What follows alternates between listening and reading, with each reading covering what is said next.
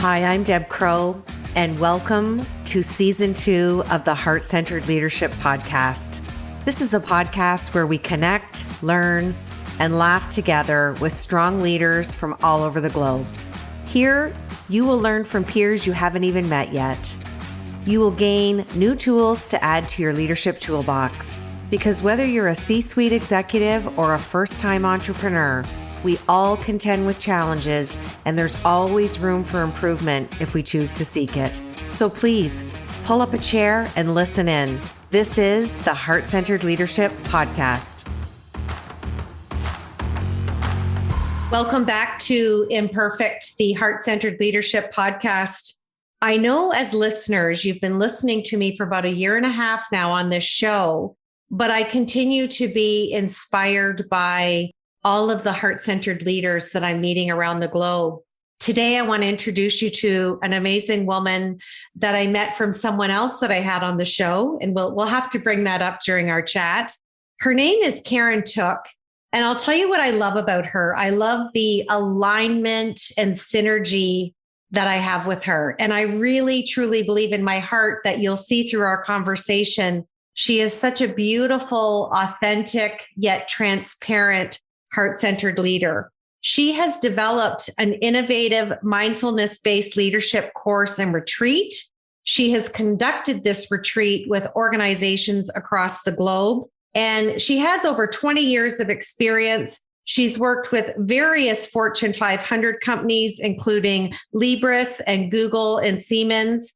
And I could go on and on about how wonderful she is, but I'm sure you tuned in today to listen to this conversation. So Keren, I'm so grateful. Welcome to the show. Thank you very much. I'm happy to be here. You know, your work inspires me, and we met through a fellow colleague and friend, Addie, that I also had on the show. And she said, the more I talk to you, Deb, the more I realize you need to connect with Keren, and here we are. So I want to start off with my leadership questions because number one, I want to say I'm in awe of the work you do. I think we're in similar parallels, if you will. And my first question is, it's kind of a two-part question. I want you to unpack for our listeners what mindful leadership means, but I really want you to also explain the relationship between mindfulness and leadership, and just share from your heart and take as long as you want, because I think this is such an important topic, especially now to talk about as we continue through unprecedented times. Great question, and I will try to unpack it. So first of all, being a mindful leader, it means being able to listen to ourselves deeper and to our customers and to our employees, and to the changing needs of the market.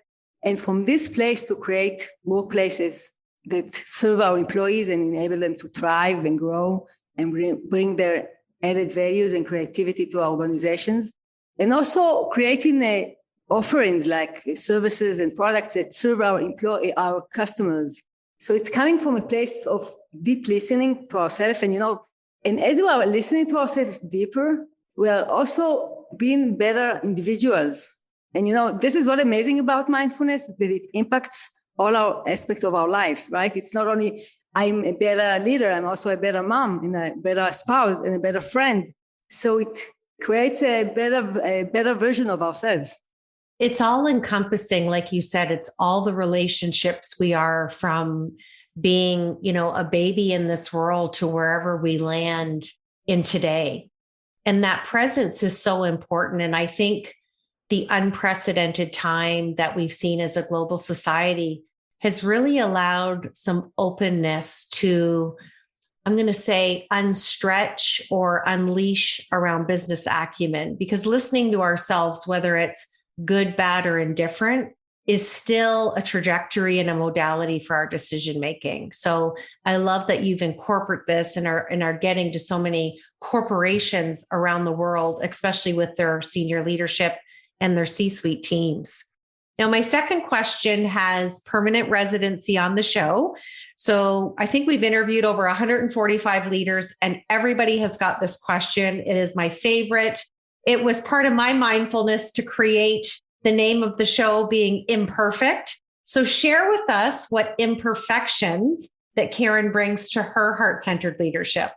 I'm a human being as each and every one of us, and I have my own emotions. And sometimes yesterday I facilitated a course, and we start a course with a reflection. Each and every one says what it took from last week and how we implemented it during the week or what emerged during the week. And I told them, I didn't succeed this week to be mindful because I was really frustrated and I acted upon my frustration, acted in an angry way. And then what I did succeed, I was mindful to it afterwards. And this is what being mindful, we can't always succeed at the moment. But the fact that I was reflecting about my behavior, and then I said, okay, I didn't feel well with it.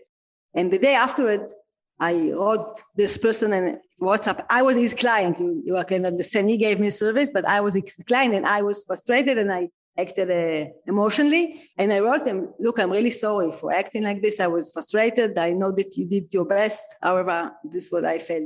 And he wrote me back, you're amazing. I'm also sorry that if I talk to you in an unpleasant manner. And for me, this is what being mindful about and vulnerable and imperfect, because I'm not a perfect person, I have my challenges and sometimes I can manage my emotions and sometimes they manage me. However, the ability to pause and to be authentic and having the integrity to look inside and say, okay, I don't feel comfortable about the way I acted. And then always find going back to our balance, to our core, to our center and acting from this place.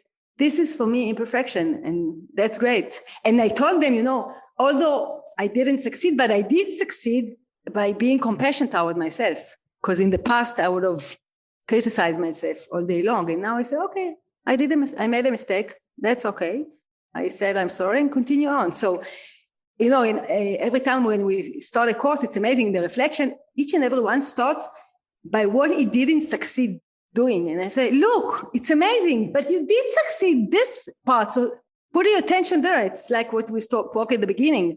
So it's where we are putting our attention, because always they are challenging and we're evolving and we're growing.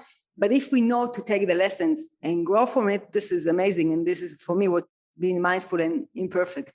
Well, and I'll tell you what I love about that is you made a couple of really, really good points there. The first one is it's interesting by default that our reflection always starts with a negative. And I see that a lot in the work that I do. And it's just interesting that we carry that on. I almost want to say it's a bit of a generational value that we have to learn to shed. We've learned it from someone. I also think it's a brain, our brain guards us from to survive. So this is the way, it's the carrot or the stick, so we are wedded to see the negativities. This is the survival mode, but I think this is the transformation that we are going through. We need to go to the thriving mode and change our automatic patterns that served us in the past, but don't serve us anymore. Well, and I think the other point that you made that is often, a conversation that I have with C-suite leaders is no one consciously wakes up in the morning and makes it their goal to go into work and not be a nice person. Life happens. And sometimes, and your example was beautiful from how you felt you behaved during the course, but you processed it and realized, I'm going to be compassionate with myself. I'm going to apologize. And then you made that conscious decision again to move on and not let it be a remnant in your day. And I think that's where people get stuck. It's when they hold on to things that happened an hour ago, the day before, a week, and years, and it still shows up in their day as a repetitive pattern of behavior. And that's where mindfulness is so good to really release all that. So such a great example. That's right. I only want to correct you. I acted like this not during the course. It was between the course with a vendor of mine that gave me service, and I was frustrated. But I took it as an example in the morning to share with them, to show that I'm also not perfect, and I also didn't succeed, and that's okay. It's part of the process. But I did succeed in being compassionate toward myself. So I really agree with you. We need to learn to let go. Well, and more, and the bigger message here is mindfulness is part of your brand, but you have the behavior that makes the brand. That's what's important, right? Yeah. So I love that you shared that story with your clients and you're out there with your pom-poms cheerleading about imperfection, which I love, and which is why I wanted you on the show. Uh-huh. Now, I know the world is talking about the resignation boom, and I have to kind of raise my hand and say, I don't really fully believe we're in a resignation boom. I think the world has become mindful that they have a choice. If they're working for an organization and they're not happy and it's not a fit, they're making a choice to leave. So one of the things that I know you love talking about, and I'm excited to ask you, is in speaking to the people listening that are in leadership within an organization or may own a business, how does an organization or any size employer create a workplace that will not only attract employees, but that will give them that openness and mindfulness to stay and retain them? So, I think I agree with you. Couldn't agree more that people are not going back today to the workplace because they want to feel meaningfulness and they want to invest their time in a good place. And it's amazing what's happening right now. So leaders really need to create workplaces that engage their employees. And they can do it, first of all, by creating a workplace that sees the employees, that the employee feels seen. And, if I'm going through a tough time, even if my manager will sit with me and will listen to me and will ask me, how can I be here for you? That will be amazing and it will do the job. Because people, first of all, want to show up completely to the workplace and feel they are seen and not that someone uses them to increase their bottom line. Another way, people want to feel community, part of something bigger than themselves, bringing their value to a bigger vision, creating this kind of community and connecting people beyond the functional work, but by deeper connections also makes the impact because people will want to be part of it. Because what gives us meaning is to feel that we are having an impact on what we are doing and that we are connected to others. So these two crucial elements that I think leaders, employees will want to be in this organization. And another thing is to see where your employee wants to develop, toward where he wants to develop. Maybe he doesn't want to do what he did till now because he finished it. It doesn't make him happy. It doesn't make him meaningfulness anymore. And by listening to him and seeing where he wants to grow and evolve and tailoring a new job, this is the way you will maintain your employee and engage him and you want to stay with you. And then also the company will evolve. At LinkedIn, this is out there, have a new job description. Scott Shad is the head of mindfulness and compassion at LinkedIn, just retired, but he was there for a long time at LinkedIn. And it came to a point that he said, okay, I'm meditating. I want to bring it to the company. And the CEO and his manager enabled them to bring this part of himself to the company. So it's amazing. He grew and the company grew with them. And there was alignment. And I think this is the agility that organizations and leaders need to embrace nowadays, to see how to engage your employees and retain them by enabling them to bring their added values and to grow with them. So this is a really crucial point that I think leaders need to implement in order to retain them. No, I agree with you. And I think, sadly enough, we had to get through a pandemic for this to kind of rise to the top. But I believe the outcome as we, slowly work towards getting to the other side of this and getting back to whatever our new normal is, I think more and more companies are embracing this because I've had CEOs say to me, well, it's kind of woo-woo and it doesn't have a place in leadership. It's all being rethought because psychological safety in the workplace is at the forefront more than ever now, especially with all these hybrid models being implemented and people are slowly transitioning back to work. So very interesting. And it's lovely to talk to you on the other side of the world. And we're both seeing the same thing. So that's comforting for me. Yeah. Okay. My fourth question. Part of my heart-centered leadership model is all about leading from, I think, two places, presence and vulnerability. Mm-hmm. And I would love for you to share how you personally arrived at this leadership value and how and when you knew when to implement it. It's amazing. When I wrote my book, I meditated and an example from the past came to my mind and I understood that I need to write it in the book. And I did it before I knew to define what I'm doing. I did it automatically, from my presence. So I will share with you the story. It was like 15 years ago already. we worked we were a few consultants that we created a leadership program for a really big bank company. And I got each organization consultant had a group to work with them during the 2 days. And at the beginning of the session, the management team came to me and told me, look, you have a really challenging manager in your group. You have our consent to take him out of the room. If you can't handle him, you can let him go. I said, okay, that's strange, but thank you for letting me know. Then I started the day and immediately I understood what they were talking about. It was cynical and really, it was really unpleasant. And, a lot of people went with them. And then I got to the end of the day. I went home and I told myself, wow, I'm not continuing like this another day. And then I asked myself, okay, but if I will take him out of the room, what is my work worth if I don't handle this challenge? So this wasn't an option. Another option was to continue business as usual.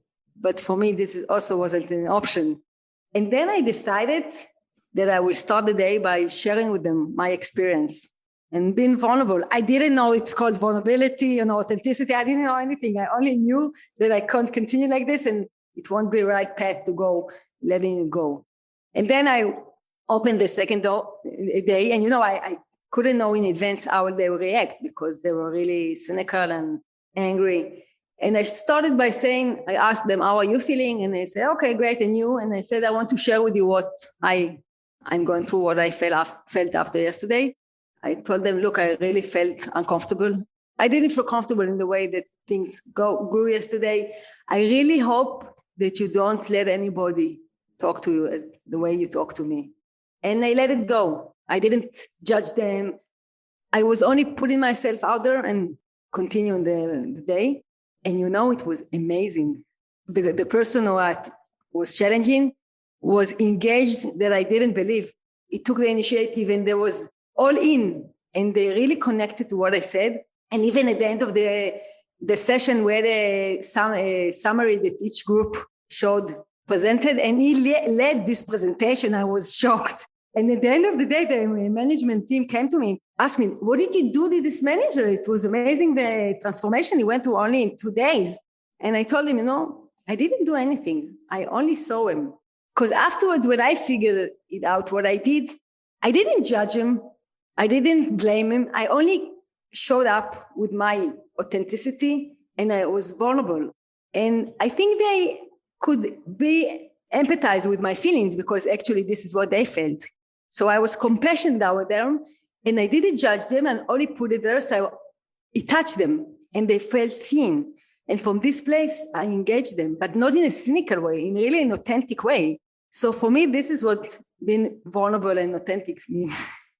It's all in our approach. It's kind of like, we hear the cliche, we can do hard things. We can say hard things in a heart-centered way. And that's what you did. And sometimes people don't realize that their tone could be a bit harsh, or maybe, they're hearing it in their own ears when they're speaking and they're not realizing it. So what a lovely example to turn a situation around. And at the same time, you learning more about your own leadership style. So it's kind of a win-win, right? That's for sure. Yeah. Okay, I'm going to switch to my Fab Four, and these are just 4 rapid, fun questions. We just want to know what's sitting on the top of that brilliant mind of yours. So here's your first question. Tell us something that we don't know about you. That I started surfing in the last year. I love dancing with my kids at home and by myself. Well, that sounds like 2 fun activities. And are you considering yourself to be a proficient surfer now? Not yet. I have way to go. If at first you don't succeed, right? Try again. I love it. Now, I'm going to ask you what your favorite book is. And I know you just wrote your book, and we're going to put all the information in the podcast episode description below for everybody to go check out your new book. But share with us a book that you've read in your life that really touched your heart and why. When Things Fall Apart of Pema Chodron. She talks about how we can handle the adversity in life and uncertainties. And she went through a divorce when her husband divorced her, and then she found a path I don't remember when I read it, but I remember that it really impacted me and gave me a fresh perspective and a wider perspective and handling tough situation and connecting to our hearts. As a young girl, I closed my heart. I didn't want people to enter in I guarded myself. So I started the process like 20 years ago, connected to my own heart. And I think I read this through my transformational process and gave me perspective and how to connect to our heart and the importance of it. And so this is what I really love. That's beautiful. If I could give you one wish today for something to change the world, what would it be? I wish to change the business world. My vision is to create that organization will be a platform for humanity development. And from this place, we can have great companies, great connections, fulfill ourselves, and have great life and meaningful one and seeing each other. So this is actually my vision. Well, I love that. And I'm on the other side of the world locking arms with you. So let's do Great. it. So before I ask you my last question to close out the show, I just want you to know that I'm grateful that you chose to be mindful to spend time with me today, to be open and honest and vulnerable and share your heart. And it makes me feel good that I'm in Canada and you're on the other side of the world. Are you in Israel as well with Addie? Yeah. And here we are leading with our heart and exuding heart-centered leadership every day. And I'm just happy that our paths cross. So just know that I'm super grateful to you. It's really touched me what you say right now. And I'm also really appreciative. I believe like attracts like, and the more amazing people I meet around the world, they point me in another direction and connect me with someone. And I think that's how together collectively, all of us that are mindful leaders are going to create that vision that you beautifully spoke of. So I'd like you to close out the show by answering this sentence for me. And this is something we started new for season 2. The sentence is this: heart-centered leadership is being vulnerable. You've been listening to the Heart-Centered Leadership Podcast. I'm Deb Crow. If you like what you heard today, please rate and review the show. And I'd love it if you'd visit my website at debcrow.com, where you can sign up for my newsletter and get access to the Heart-Centered Leadership Toolkit, all free of charge. Thanks for your time, and we'll see you again.